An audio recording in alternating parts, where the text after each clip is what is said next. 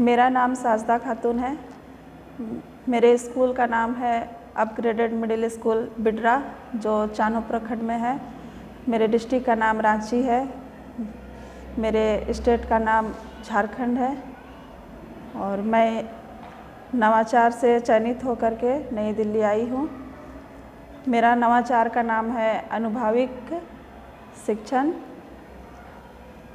मैं नवाचार से तब जुड़ी जब हमारे स्टेट में एक प्रशिक्षण दिया गया था परियोजना कार्यालय में। वहाँ पर मुझको पता चला कि बहुत सारे शिक्षक जो हैं वो नवाचार से जुड़ रहे हैं, जो हम लोग के बीच, बच्चों के बीच जो पढ़ने पढ़ाने में जो कठिनाई आती है उस समस्या को हल करने के लिए।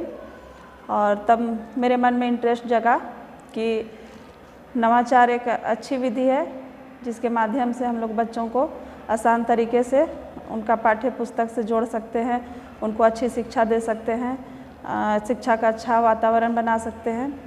इसी बीच में 2019 में ज्ञान सेतु आई।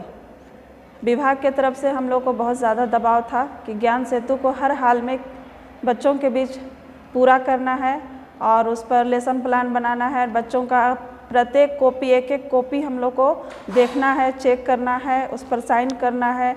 बहुत माने करीने से उस कॉपी को हम लोग को देखना पड़ता था, जांचना पड़ता था। और छोटे छोटे जो अक्षर हैं, वर्ड हैं, वो तो बच्चे कर लेते थे, लेकिन मजबूरी बस ऐसा है कि मेरी नियुक्ति 1 to 5 में हुई है, लेकिन संसाधन की कमी, शिक्षक की कमी के चलते मुझको 6 to 8 भी जाना पड़ता है। और 6 to 8 के बच्चों को सुगम की बुक जब हिंदी की मिली तो उसमें मैंने देखा कि छोटे छोटे जो वर्ड हैं वो बच्चे कर ले रहे हैं, छोटा छोटा जो क्वेश्चन आंसर है वो बच्चे कर ले रहे हैं। लेकिन उस ज्ञान सेतु की बुक में मैंने देखा कि दृश्य को दिखा करके बच्चों को कहानी लेखन करना था, संवाद लेखन करना था, दृश्य को देख करके विज्ञापन करना था, दृश्य को देख करके उसी पर रिलेटेड 4-5 वाक्य लिखना था, जो बच्चों को बहुत कठिनाई महसूस हो रही थी। साथ में मुझको भी कठिनाई महसूस हो रही थी, क्योंकि मैं बता ही नहीं पा रही थी, समझा ही नहीं पा रही थी कि कैसे लिखोगे। जैसे कहीं पे होली का चित्र दिया हुआ है तो इसके बारे में बच्चों तुम लोग लिखो, मैं ऐसा कहती थी तो बच्चे जो है वो डायरेक्ट लिख देते थे कि लड़का खेल रहा है, ड्राम में रंग है, वो एक लड़की पिचकारी पकड़ी है, बस इतना ही में उनका ख़त्म हो जाता था। तो ये तो मैं उनकी कॉपी जांचती थी तो मुझे बहुत प्रॉब्लम होता था कि मैं कैसे इसमें टिक लगा दूं और कैसे साइन कर दूं, कैसे मैं अपना नाम लिख दूं। कोई अफसर आएंगे तो वो मुझ पर बरस पड़ेंगे कि बच्चों को आपने यही पढ़ाया है, आपने कैसे टिक किया है। ये मुझ पर बहुत ज़्यादा प्रेशर था कि कोई भी आएंगे पदाधिकारी तो मुझको क्या कहेंगे, मैंने क्या सिखाया बच्चों को। मैं अपने आप में सेटिस्फाइड नहीं थी। तब मैंने सोचा कि कोई नया नवाचार करना चाहिए जिससे कि बच्चों को ये दृश्य को देख करके उसके बारे में लिखना, उसके बारे में चर्चा करना, बच्चे खुद ब खुद सीख जाएं। इसी बीच मेरा जो स्कूल है वो ग्रामीण क्षेत्र में है और 6 to 8 की क्लास जो होती है वो फर्स्ट फ्लोर पर होती है। फर्स्ट फ्लोर से मैंने खिड़की से इधर उधर जब झांकना ताकना शुरू किया तो देखा कि आसपास में कोई बिल्डिंग नहीं है और बहुत दूर दूर तक दृश्य नज़र आता है।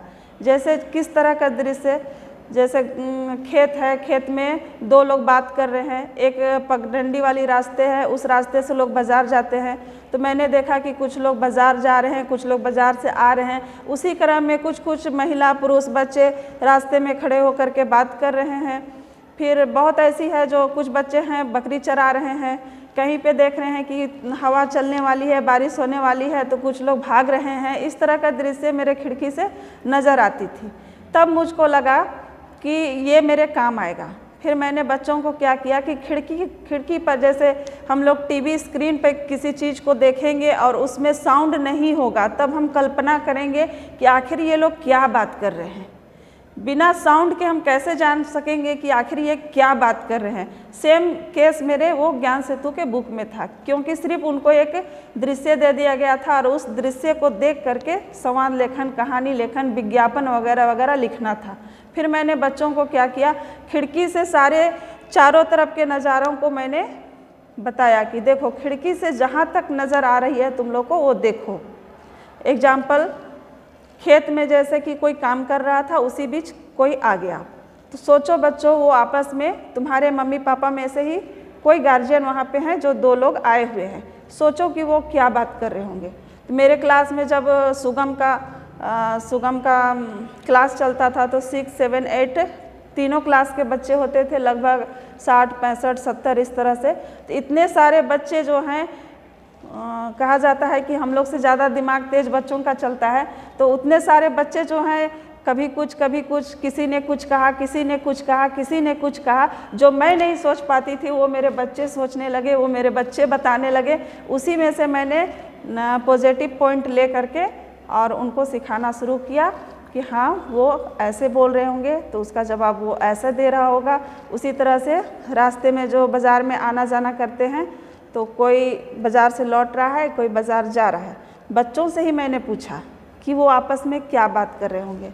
तो हमारे झारखंड में जो नागपुरी में बोला जाता है, तो बच्चे नागपुरी में बोले कि नहीं दीदी, वो बोल रहा होगा कि तो कितना में बेच ले, मैं इतना में बेच लो। इस तरह से वो लोग आपस में बात कर रहा होगा कि मैंने बाज़ार गया, मैंने टमाटर 20 रुपया में बेचा, मैं अभी ले करके जा रहा हूँ, मैं भी 20 रुपया से कम नहीं दूंगा, अभी मार्केट में टमाटर का दाम 20 रुपया से ऊपर चल रहा है। इस तरह से बच्चे मुझको खुद बताने लगे।